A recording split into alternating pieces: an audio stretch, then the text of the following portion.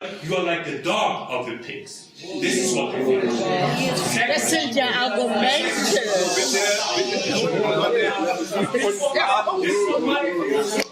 Ja, es scheint so wichtig zu sein, dass es ihr sagt. Andere Fragen, komm, mach weiter Fragen. What's your political point? What's your don't understand? You have a political argument, say it. Yeah. My second question is also very simple, but it talks about the historical thing that you mentioned. You said the Jewish state or the Jews came, they threw you out. Yes. Do you agree that the state of Israel was created by a UN resolution? Do you agree, yes or no? It is not a justice solution. Bitte zu Ende fragen. Bitte. Yeah, I'm asking, do you agree that there was a resolution by the United Nations Give me your complete question. to separate Palestine into Jewish and Arab state, and that none of the Arab states agreed, and the Jews did agree? Do you agree to this? Of course, no one would agree to have Okay. My last question. Last one. My last question. I agree with you that the Palestinians that stayed in Israel after Israel was created in 1948, that they were the poor and the uneducated of the Palestinians. I agree with you 100%. But you said that the Jews came and the Zionist project made an expulsion against the higher class Palestinians, the educated, right? This is what you said. 85% expelled, so most of them. It has expelled 85%. Most of them. I'm talking about, you said the Palestinians, the Arab Palestinians that stayed, they were uneducated and poor. Right? You said that, right? Where is your historical proof? Because all the historical proof that we have, from all the new historians, starting by Benny Morse, going over to Avi Schlein, all the Arab historians, they said that the first people, the first Palestinian people that left Palestine before Israel was created, they were not pushed, they were the top, they were the elite, but they left on their own. And all the Palestinian Arabs that stayed blamed them for being left alone. Do you agree or do you not agree?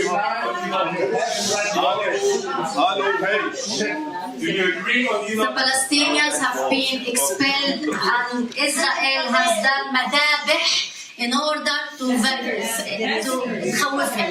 Massacres. Israel has done massacres. If you don't know, don't go to Ben Morris, go to the biography of Ben Gurion, go to the biography of Menachem Begin to see what the Israeli عصابات, they call it, not army, شو عصابات? This is propaganda. عصابات has Ben Gurion ist historische Propaganda. Wir nehmen jetzt the next one. Okay. Leute, ich meine, wenn es der Berliner. Okay, ja. Ich würde dann so auf Deutsch fragen. Also Bitte lauter. Ich möchte auch Frau Zoabi bedanken, dass sie da ist. Wirklich, als Israeli, ich bin stolz, dass eine arabische Israelin so weit gekommen ist, dass sie ausgebildet ist in Nach. Nein, das ist nicht lustig, arabische Universität und so. Und als Knesset-Member möchte ich Sie fragen, Sie waren in viele arabische Länder um Israel herum, ja, andere Länder wie die Türkei. Ja. Vielleicht können Sie uns was beibringen, was um Menschenrechte in diese Länder geht, um Umwelt, um Gleichberechtigung, um Rechte von Homosexuelle und Lesben. Dass wir davon was lernen. Eine zweite Frage. Was gibt's für Nachhalt bitte? Was soll das? Erste Frage. Eine zweite Frage. Aber, Sie haben gesagt, rassistische Stadt, ein rassistisches Volk. Wie definieren Sie die jüdische Rasse? Es gibt Hallo, bitte, kein Kommentare. Der Mann hat gefragt, er hat das Recht dazu. Was soll das? Auch wenn es uns nicht gefällt, muss es uns nicht gefallen. Es hat Ihnen auch nicht gefallen, was Sie gesagt haben. Okay.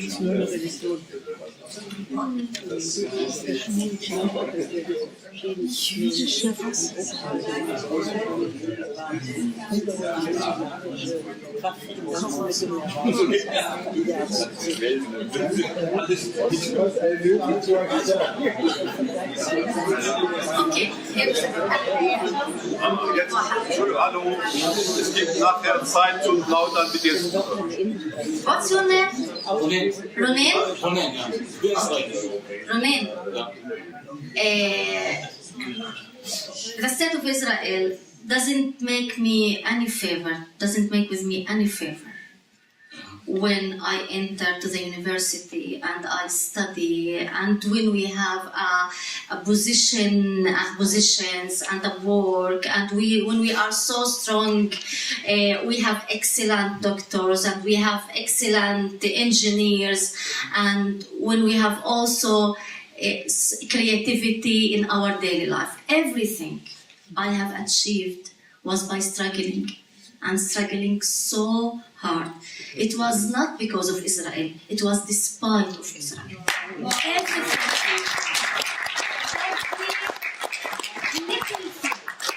we achieved, it was by struggling, by hard struggling, and it was by challenging the Israeli policies. So ما تستعليش علي بالعربي بنقول. You don't make ما تستعليش علي يعني توظيفتك. You don't يعني أنت ما بتعمل لي أي معروف. You don't make with me any favor. If you believe in human rights and in democracy and in values, you would not come to me and say, I give you this. You, السيد, الماster, come to me and say to me with a very arrogant that I gave you this and I gave you that. When Israel didn't give me anything, Israel just took from me everything.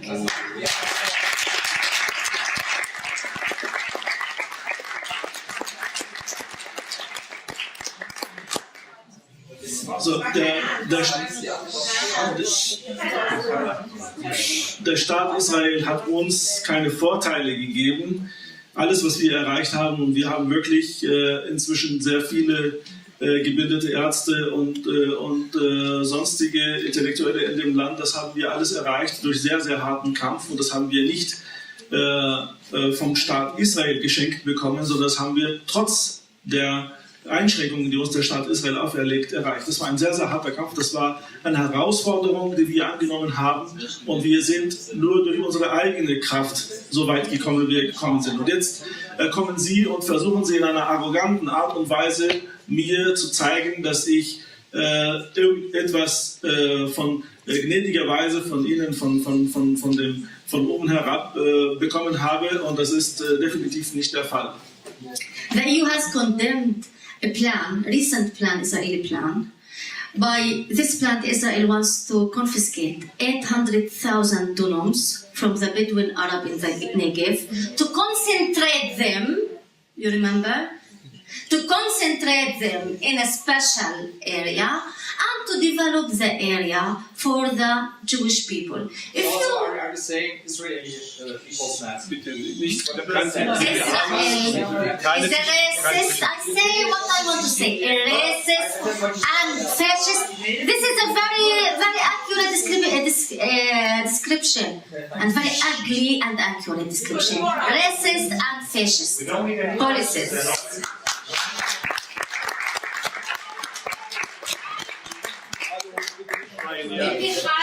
Hallo,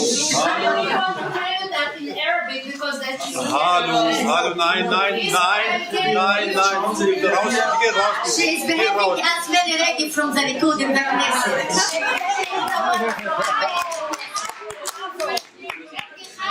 Wenn Sie nur schimpfen wollen, gehen Sie bitte raus. There is a Knesset member which every time she speaks, she addresses me, you are. Don't speak, I don't have to. Stopp, Lena, stopp, Lina, stopp. So. Hallo, hinten, hallo. So, bleiben Sie. So, wir haben noch weitere Wortmeldungen, bitte. 10, hallo, 10, Frank. Könnten Sie bitte ruhig sein und die anderen auch zu Wort kommen lassen? Herzlichen Dank. Amal. Hi, hello, my turn, please respect my space. My name is Amal Khreshi. I live in Ramallah. I am further part of historical Palestine. So I would like first to ask you specific questions. In the light of the development in the Arab and in the region after the spring, revolution, how do you see the future of the Israeli state? Especially, there is a lot of Israeli analysis and Jewish voices talk about the unstable future for this state, especially after its rejection to the Arab initiative. That this initiative asked the Israeli government to give the Palestinian sovereign independent state, and in the return, the Arab will normalize the relationship with Israel and will enhance the peace in the whole region. In that development, recent development, how do you see the future? This is one thing. The other thing, there is a lot of Israeli voices, objective voices, scientific voices, who talk about the reality of the Israeli narrative about the Nakba. Of course, we have two narratives, a big gap between our narratives. But thanks to Alim Pape and the new Israeli historian who talk about the ethnic cleansing that happened during Nakba 1948. So, if we want a real peace, and we struggle for peace, we pay our blood for peace. You cannot get peace with violence. We can't get peace. We can't gain peace with occupation. The occupation can justify its terrorism, but with the occupation there is no peace. So we can't talk about democracy and we can't talk about security if the occupation is still ongoing in the Palestinian occupied territory. You can't blame Hamas. I can't blame Lebanon. Actually, we have to use, our, interest as people. We have to use our essential humanity to see the security in its wide concept. Security is not that. So the question really is, do you think that Israel, you believe in the voices that Israel, there is no chance for Israel to exist and to be sustainable state within the upcoming 20 years? Im Rahmen des arabischen Frühlings, wie schätzen Sie denn die Situation des Staates Israel?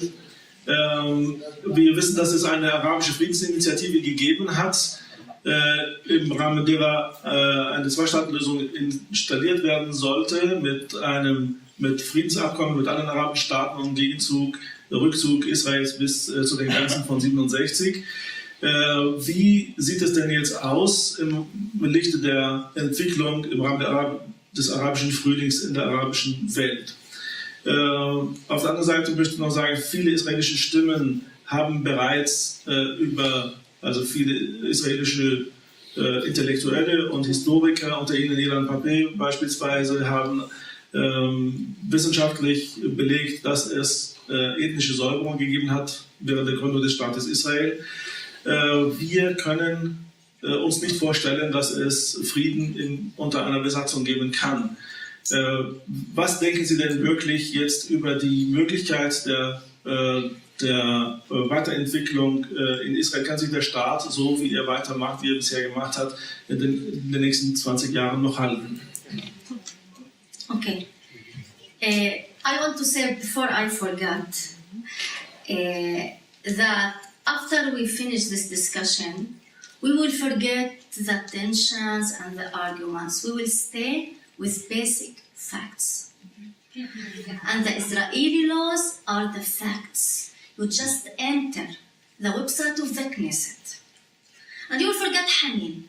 And you will forget maybe the ideology of Haneen, but please, remember the 43 Israeli laws about land, about citizenship, about family unification, about loyalty, that I must be loyal to Zionism. I am now addressing those among you who believe in democracy. I am addressing those among you who believe in equality and human rights. You must follow the Israeli policies by following the laws which has been passed in the Knesset during the last 3 years, because it's not Nakba and it's not narrative, it's a fact. Nakba is not a narrative. And in the Knesset, we don't just ask and demand the Ministry of Education about our right to study what happened in 1948. It is the right of the Jewish pupil to study what happened in 1948. It's his right to study what happened. And what these policies are not just against the interest of the Palestinians. It is against the interest of having a normal state, of having a normal society. So I don't differentiate, and I don't like to differentiate between Palestinian citizens and Jewish citizens. My two categories are those who believe in justice and equality and human rights, and those who don't believe in them. Now, I will give you two differences between the Israel and the undemocratic Israel, the racist Israel and the undemocratic Arab regimes, and all of them before the revolution were undemocratic regimes, but with two differences. The first, no Arab state declared itself as a democratic state. No one. Even Saudi. Did you hear once the Saudi regime said a democratic state or Egypt? They were more honest, and they didn't. Even they didn't use. Bitte nicht unterbrechen. Das wäre das Mindeste, was wir erwarten von einer zivilisierten Diskussion. Bitte. Irgendwann muss er mal gesagt werden.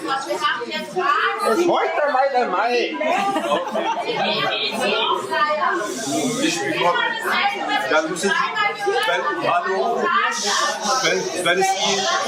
Wenn es Ihnen nicht gefällt,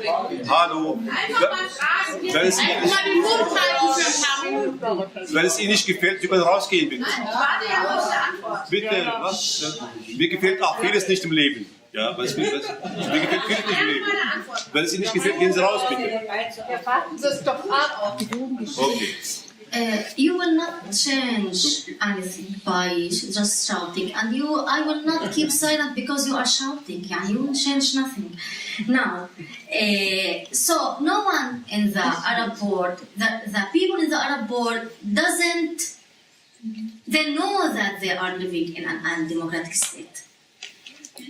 They don't have this false consciousness about that, like the Israelis. The other things, the Arab people has made a huge revolution in order to change these regimes.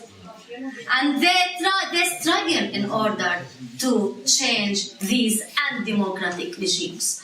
While the Israelis and those who support Israel doesn't want to change this reality. They praise Israel for being a racist state. So these are very important differences. About the future, well, I don't know. Israel they are talking about the undemocratic regimes, and the best friends of Israel were the undemocratic states in the region, like the Saudi and the Egyptian Mubarak. They were the best friends of Israel. Mubarak was a strategic friend of Israel, a strategic ally with Israel, and now they are crying, you don't have democratic regime. Well, you don't want to have a democratic regimes in the area. Israel doesn't want to have.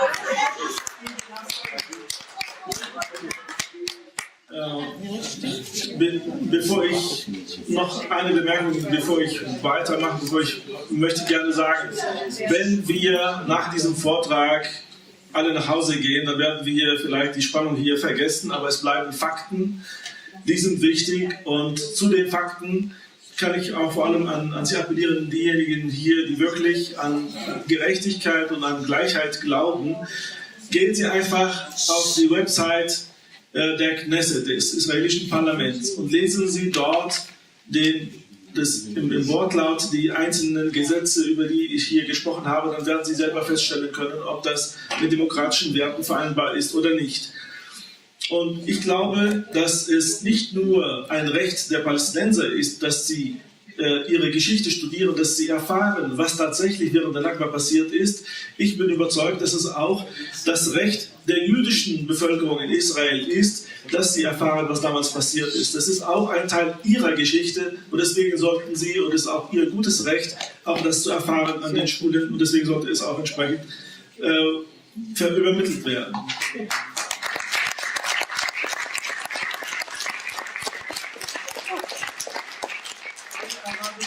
Alle arabischen Staaten sind oder waren keine demokratischen Staaten. Und Fakt ist, dass sie das auch nie behauptet haben. Im Gegensatz zu Israel, das von sich behauptet, demokratisch zu sein, aber diese Standards nicht leben kann. Haben Sie denn je gehört, dass die Saudis von sich jemals behauptet hätten, sie seien demokratisch? Das ist wohl nicht der Fall. Insofern sollten wir eher auch respektieren und akzeptieren, dass heute die arabische Bevölkerung viele auf die Straße gegangen sind, um eben diese Situation zu verändern. Viele Menschen haben vieles auf sich genommen, um in ihren Ländern demokratische Staaten zu etablieren. Und dann stellen wir fest, dass gerade diese Despoten, die an der Macht waren, waren die besten Freunde Israels. Israel möchte keine Demokratien in der arabischen Welt haben. Israel möchte am liebsten weiterhin mit Despoten zusammenarbeiten, wie Mubarak und andere. Und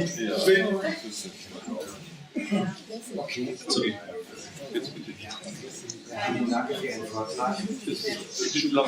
Vortrag. Ich bin Lutz, bin Facharzt für psychosomatische Medizin und arbeite seit 2008 mehrfach im Jahr in Bethlehem und in der Westbank in einem Traumazentrum. Ich möchte Ihren Vortrag, bevor ich eine Frage stelle, durch ein Bild ergänzen. Und alle, die hier an der hitzigen Diskussion sich beteiligt haben, lade ich ein, in die Westbank zu fahren und durch Hebron zu gehen. Es ist eine heiße Diskussion um Weltpolitik. Das kann ich verstehen, dass dort die Gemüter erhitzt sind. Aber ich bitte Sie, die sich hier beteiligen an der Diskussion, durch Hebron zu gehen und durch die Geisterstraße zu gehen, wo alle palästinensischen Geschäfte verriegelt und verrammelt sind. Ich komme gerade aus Hebron vor 3 Wochen.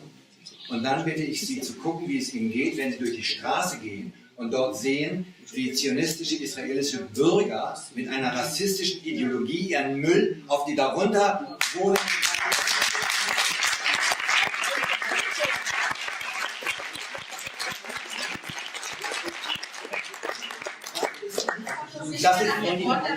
Das ist nicht nur ein Bild, das ich im Kopf habe, sondern das habe ich fotografisch dokumentiert. Und ich erlaube mir als Deutscher zu sagen, der sehr wohl weiß, was die deutsche Geschichte mit dem Konflikt zu tun hat. Und wir dürfen niemals vergessen, was von Deutschland, dem damaligen Deutschland, dem jüdischen Volk angetan worden ist. Das werde ich niemals vergessen. Und auch nicht, dass meine eigene Mutter als Halbjüdin der Verfolgung entkommen ist. Ich wage hier zu sagen, dass hier dort Apartheid und Unrecht geschieht.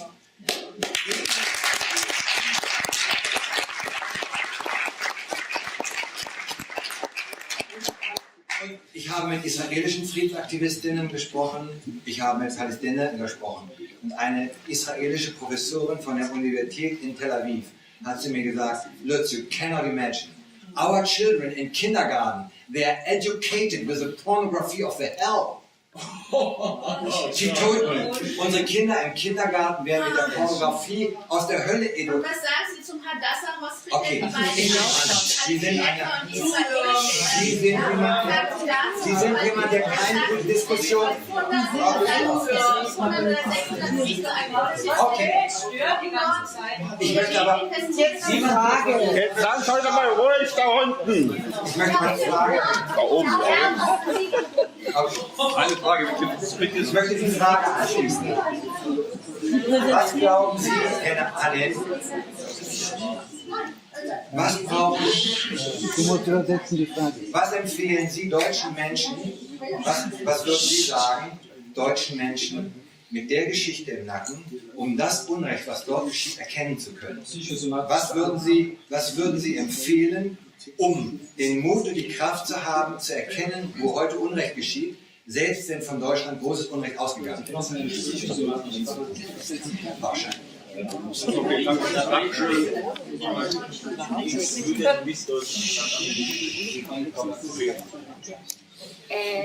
Part of the activists, the political activists who were with me in the Marmara, were also activists against the Knesset regime, of course. Mikrofon bitte. Part of the political activists from Europe who participate in the Marmara, they were also very activist in the resistance against the Nazist regime. And I think your duty as Europeans, as Germans, is not to respond to the political blackmail which Israel tries to do.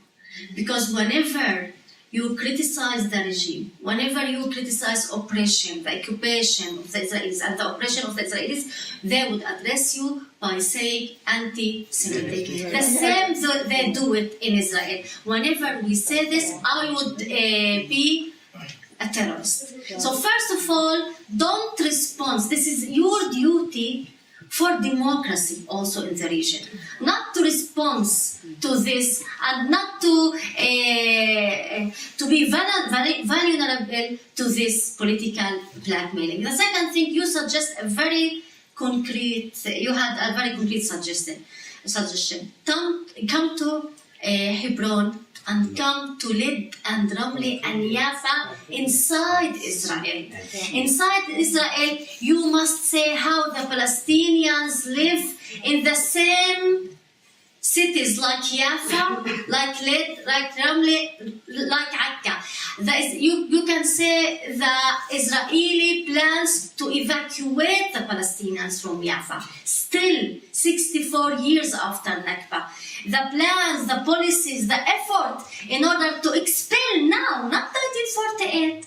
So Nakba is not a historical project. It is a continuous process.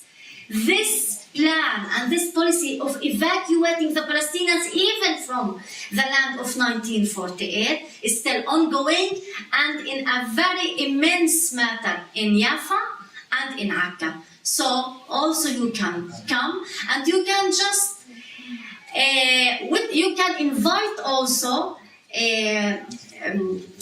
break the silence soldiers, Israeli soldiers who break the silence. The Israeli soldiers who give testimonies about what they did while they served in the army, what they did to the Palestinian people in the West Bank, in the Gaza Strip.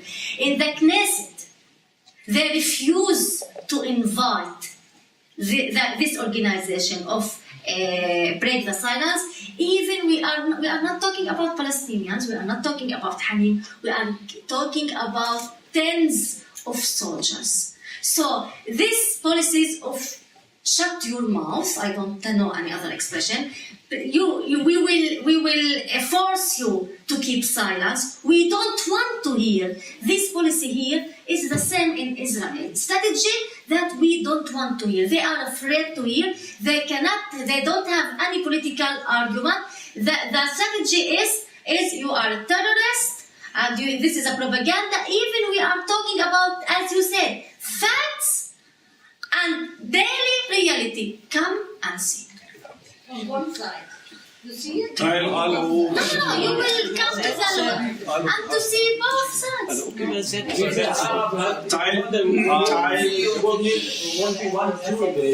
Teil der Aktivisten auf der Mavi Marmara, mit denen ich zusammen war, haben sich ebenfalls auch gegen das Nazi-Regime eingesetzt.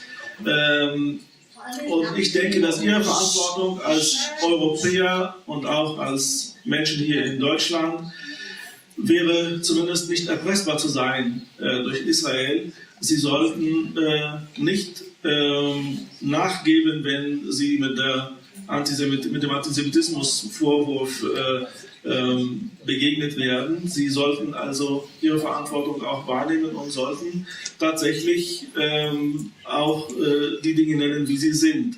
Auf der anderen Seite, Sie haben ja auch eine sehr wichtige Sache erwähnt, selber schon. Das Beste ist, dass die Menschen auch wirklich nach Hebron kommen, aber auch nach Jaffa, Ramle, Lot und Akka. Dort werden sie erleben, wie der Staat Israel mit seinen eigenen Bürgern umgeht, der nach wie vor versucht, möglichst viele von den Palästinensern zu vertreiben. Die Nakba ist also ein kontinuierlicher Prozess. Sie hat nicht aufgehört im Jahre 48. Es dauert an, besonders in Jaffa und Akka. In Akko werden Sie sehr viele solche Fälle sehen, wo Menschen bedroht sind, dann vertrieben zu werden. Sie können aber auch andere israelische Organisationen einladen, die Ihnen berichten können, wie zum Beispiel die Organisation Break the Silence, eine Organisation von israelischen Soldaten, die über ihre Erfahrungen im Einsatz in palästinensischen Dörfern und Städten berichten. Diese Soldaten haben sehr viel zu erzählen, doch in der israelischen Knesset dürfen sie nicht sprechen, denn das ist die israelische Policy. Man möchte am liebsten nichts hören, was nach Kritik aussieht. In dem Moment, wo Kritik laut wird, dann wird man eben beschuldigt, Terrorist oder Antisemit zu sein. Diese Strategie dauert an und man sollte auf jeden Fall dagegen angehen. Wir müssen leider den Saal nicht um 9:30 den Raum verlassen, aber ich habe noch 2 Wortmeldungen. Ich kann nicht alle nehmen, viele melden sich gerade, ich kann da nicht alle nehmen, wir müssen bald raus aus dem Saal. Aber ich mache ein Angebot an die Kritiker hier vielleicht. Wir sind hier in München, leben in München alle miteinander hier, wir haben Palästina-Komitee, wir haben Dialoggruppe. Lassen Sie ein, diskutieren mit uns, nicht mit Haneen, mit uns. Wir leben in dieser Stadt. Das ist ein Beitrag zum sozialen Frieden in dieser Stadt, weil wir miteinander reden.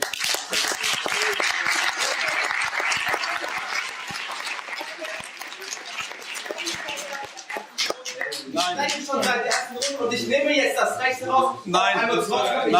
Hey! Sie sind sehr ungezogen! Sie nennen Israel einen rassistischen Staat. Kennen Sie diese Person? Das ist Salim Jubran, er ist arabischer Israeli. Jetzt sind Sie mal ruhig da oben! Richter im obersten Gerichtshof in Israel. Er ist arabischer Israeli. Kennen Sie Mayala Bahabi? Sie präsentiert Netanyahu.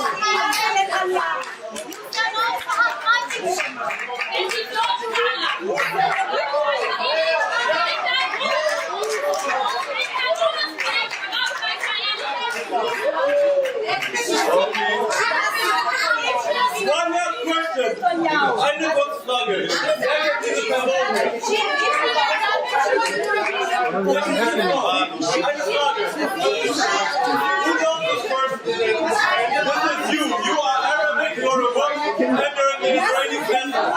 Ihr seid so primitiv, seid ihr. Mein Gott nochmal.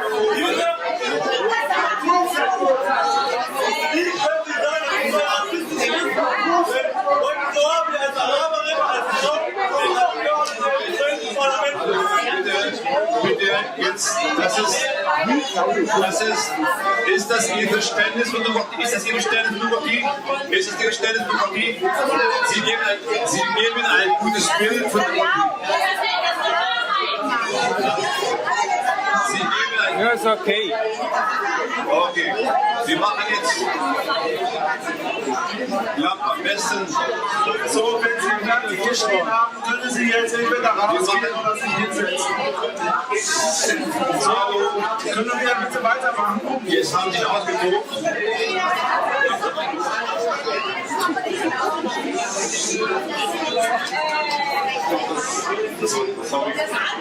Okay, jetzt.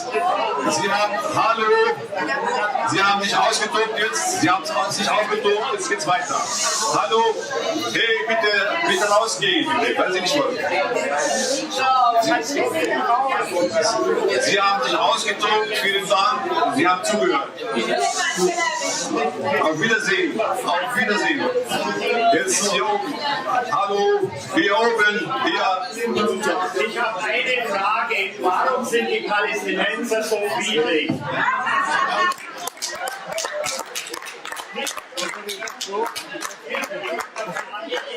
Ich war Ende April 2 Wochen in Palästina. Hallo, bitte zuhören. Hallo. Hey. Armee Später. in Ramallah. Und ich war 2 Wochen mit einer Reisegruppe und haben mir das angeschaut. Wir sind jeden Tag irgendwo hinfahren. Hat damit angefangen, dass man von Ramallah an den Osthügel von Jerusalem entlangfahrt. Oben, das hat ausgeschaut wie einst die DDR. Die abgeholzten Hänge, das waren schwarze Stunden, da sind die Olivenhaine abgeschnitten gewesen. Und wenn man nach Jerusalem rein wollte, dann hat man dort die Hühnerstelle, bis die Palästinenser sagen, das ist wie einst in Berlin, Friedrichstadt, hat man durch müssen, dann waren wir zu 14 durch und 2 von uns haben es nicht durchgelassen, dann haben wir außen rum müssen, das wäre wie wenn man vom Hasing nach Das reicht. Okay. Ich habe das gesagt als Beispiel, weil ich ausgelacht worden bin, warum sie so friedlich sind. Danke, danke. Ich habe von Ihnen die Frage gestellt und habe begründet, nachdem ich von Ihnen ausgelacht worden bin, dass die Leute so friedlich sind. Ich selber war nach 14 Tagen, habe ich so einen Hals gehabt. Das war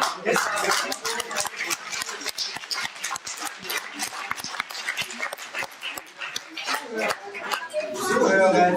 Ja, ich habe auch eine Frage. Hallo. Hallo. Also meine Frage ist, wir haben ja offenbar eine sehr große Sympathie für die säkulare Demokratie, wenn ich sie richtig verstanden habe. Das heißt, die Religion kann nicht die Staatsform definieren. Nun sehe ich aber, dass in der gesamten islamischen Welt um Israel herum eine Reislamisierung stattfindet. Selbst der einzige relativ säkulare Staat wie die Türkei, der auch seine Minderheiten massiv unterdrückt, der weit davon entfernt ist, eine wirkliche Demokratie zu sein, weil Kurden unterdrückt werden und so weiter. Alle arabischen Staaten, kein arabischer Staat ist bis heute auch nahe daran, eine Demokratie zu sein. Auch nach dem sogenannten arabischen Frühling sehe ich jetzt, dass in Ägypten die Muslimbrüder an die Macht kommen. Das ist auch, die Religion kommt wieder hinein in den Staat. Und glauben Sie wirklich, sind Sie so naiv zu glauben, ich frage es bewusst polemisch, dass irgendein säkularer Staat jemals im Nahen Osten entstehen wird? Die Hoffnung.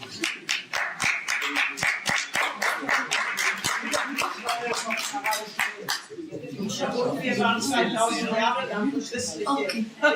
Hallo, bitte. So lange kann ich nicht warten, Entschuldigung. No, I don't think that I am naive to think that the most of the people in the Arab world are very serious in having a secular and a civic states. Sie haben die Frage gestellt und fertig. But I think it is naive to think that immediately after 40 years of oppression, the Arab society will suddenly have the perfect model of a democratic and a secular state. This is a gradual process. This is a gradual process. And I think now why the Muslims have won the regime and have won after the revolution, because they were the only organized political movement. But the Muslim brothers don't reflect the political ambitions and vision of most of the majority of the Egyptian people. It needs time, and yes, I believe in people. Yes, I believe in the revolutions. Yes, I believe in a democratic Arab young women and men who changed. I think they changed history, and I'm not naive in this, but this is a very difficult and suffering struggle, and very difficult and gradual struggle and development, and we need to wait.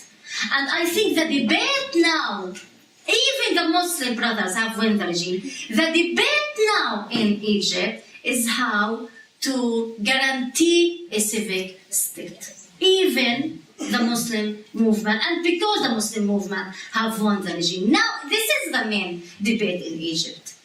And I think the Muslim movement will be very sensitive in order to succeed with this challenge, will be very sensitive not to oppose their religious attitudes and vision upon the Egyptian people.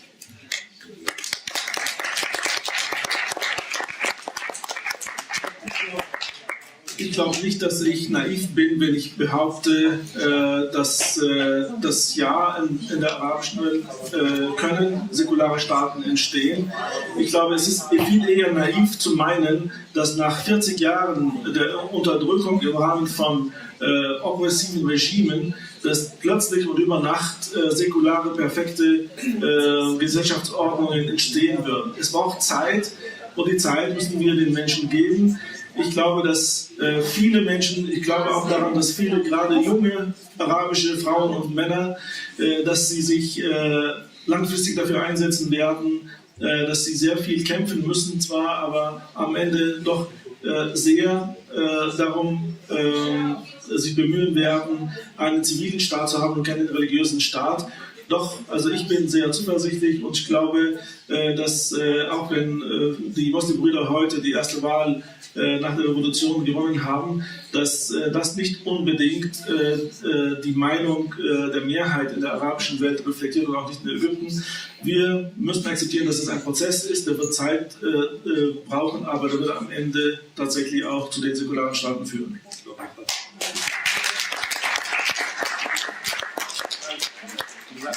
Zum Schluss vielleicht ein bisschen von mir als Moderator. Meine Damen und Herren, ich bin in Palästina geboren. Ich bin in Palästina aufgewachsen. Ich bin als junger Mann nach Deutschland gekommen. Ich darf nicht zurück dort leben, in Palästina. Ich darf das nicht. Ich habe deutschen Pass, zwar. Er hat mit einem Flugblatt geschrieben, dass ich immer einreise und ausreise, aber als deutscher Staatsbürger, als Tourist. Sie Juden hier, in München geboren, aufgewachsen, sind Deutsche. Sie haben das Recht, dort zu leben in meiner Heimat, weil sie Juden sind. Das ist Rassismus. Ja, danke.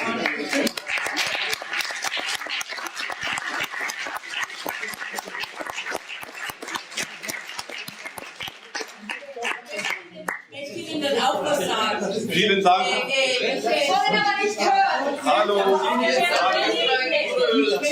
Vielen Dank. Das heißt, wir bitten um Ihre Spende draußen. Wir haben wirklich Kosten noch und Löcher für diese Reihe. Wir bitten euch alle, Sie alle, auch vielleicht die Gegner, vielleicht ein paar Euro zu zahlen draußen, ja, dass wir diese Reihe finanzieren. Vielen Dank, dass Sie hier waren.